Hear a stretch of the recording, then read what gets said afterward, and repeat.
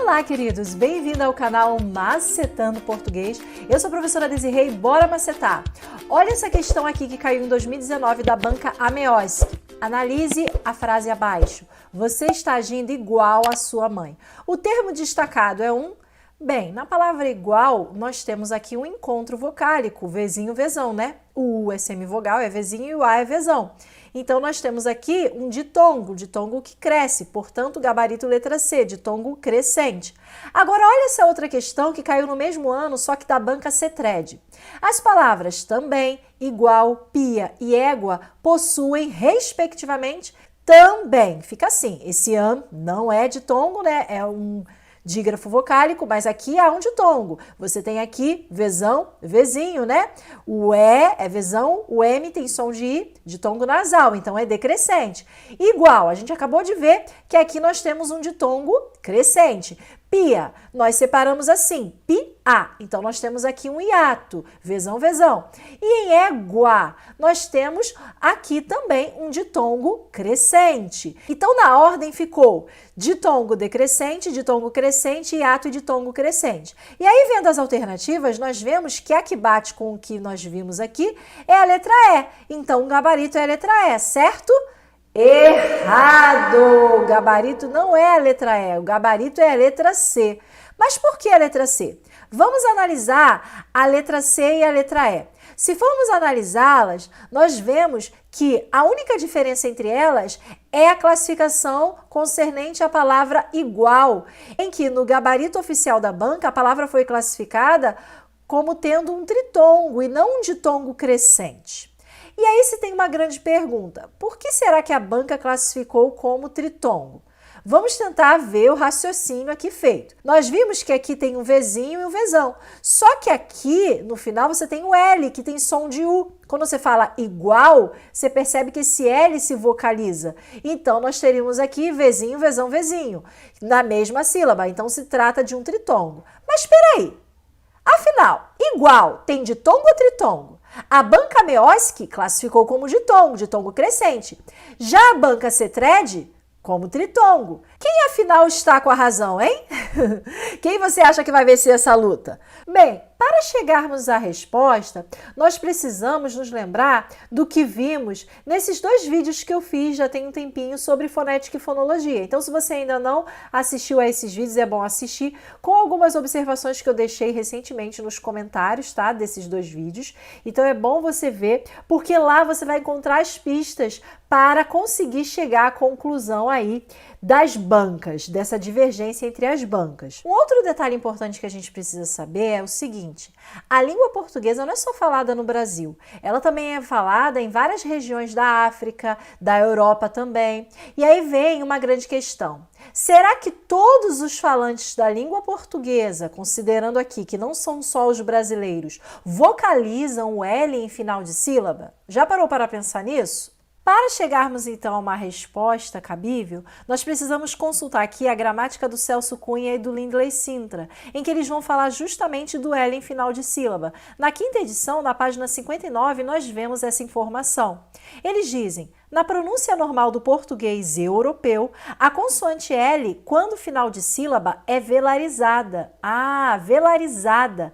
Vem de velar, e velar tem a ver com véu palatino. Se lembra das vogais posteriores ou velares? O que são vogais posteriores ou velares? Nós vimos que as vogais velares são aquelas em que a língua ela não toca, mas ela faz um recuo em direção ao véu palatino. O mesmo ocorre aqui, no caso, na pronúncia normal do português europeu, da consoante L em final de sílaba, como em igual. Ela vai ser velarizada. Então, a articulação vai se aproximar, pelo recuo da língua, a uma pronúncia do U ou da semivogal U. Mas por que ela se aproxima à pronúncia se ela também recua em direção ao véu palatino? Porque a língua não faz só esse recuo. Se ela só fizesse o recuo, realmente seria a mesma pronúncia, mas ela ainda toca nos alvéolos, porque ainda é o L tocando nos alvéolos, só que ao mesmo tempo recua em direção ao véu palatino. Trata-se de uma articulação secundária.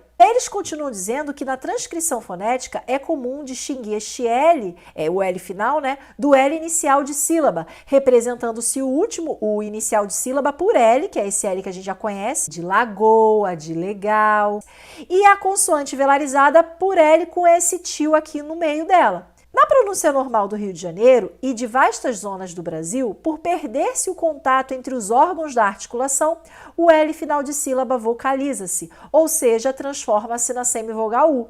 Ah, então, o que nós percebemos? Que enquanto no português europeu você tem o contato da língua nos alvéolos e ao mesmo tempo ela recuando em direção ao véu palatino, em várias regiões do Brasil, como no Rio de Janeiro, a pronúncia normal é não haver mais o contato da língua com os alvéolos, mas apenas o recuo dela em direção ao véu palatino. Por isso que o som é de uma semivogal U. É como se fosse a semivogal ali. Justamente porque perdeu-se o contato da língua com os alvéolos para ter lá o som ainda perceptível do L.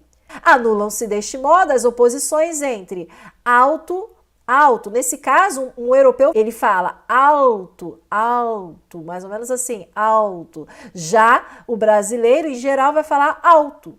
Mal, mal, mais ou menos assim, né? Então esse L, ele é tão comum que ele tem um símbolo fonético específico para ele, distinguindo-se do L inicial de sílaba, e ele se encontra aqui na tabela do Alfabeto Fonético Internacional do IPA. Então sua classificação é de consoante fricativa lateral alveolar velarizada. Essa indicação de ser velarizada não se encontra na tabela, mas ela faz parte aqui dessa consoante, que se difere desse L inicial de sílaba. Então, o que nós vemos? Nós vemos que o L, finalizando a palavra igual, ele sofre uma alofonia. Nesse caso, é uma alofonia livre, porque está no final da palavra. Então, o L que a gente costuma conhecer, ele não serve para esse caso quando você pronuncia, porque como vimos no português brasileiro, a tendência é se vocalizar. Então, na transcrição fonética fica assim.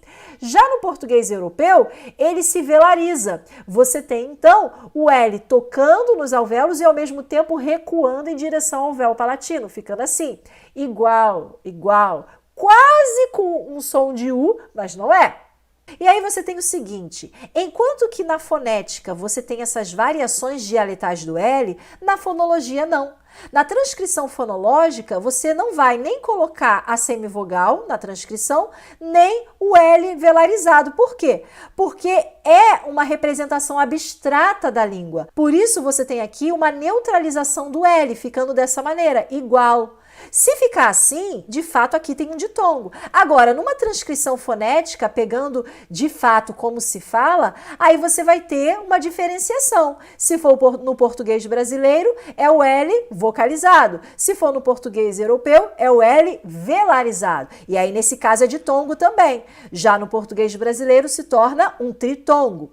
Então, o que nós temos aqui? O que concluímos? Que a Banca-Meoski, ela se baseou numa classificação fonológica, na classificação padrão do português, que é justamente essa. Igual, você tem só aqui vezinho, vezão. O L, ele é o L neutro, L normal. Então, aqui é ditongo crescente. Já a Banca Cetrede se baseou num critério fonético. Então, a classificação aqui foi considerando as pronúncias gerais do português brasileiro. Embora nem todos os falantes brasileiros vocalizem o L, mas é uma tendência a vocalizá-lo. Por isso, quem está com a razão? Na verdade, empatou, né? Ambas estão com a razão. Então, nós temos aqui 1 a 1. Não há erro. O que há são perspectivas diferentes de análise. Então é isso, queridos. Se vocês gostaram desse vídeo, deixe o seu like, compartilhe com seus amigos e eu te espero no próximo vídeo, hein? Até mais!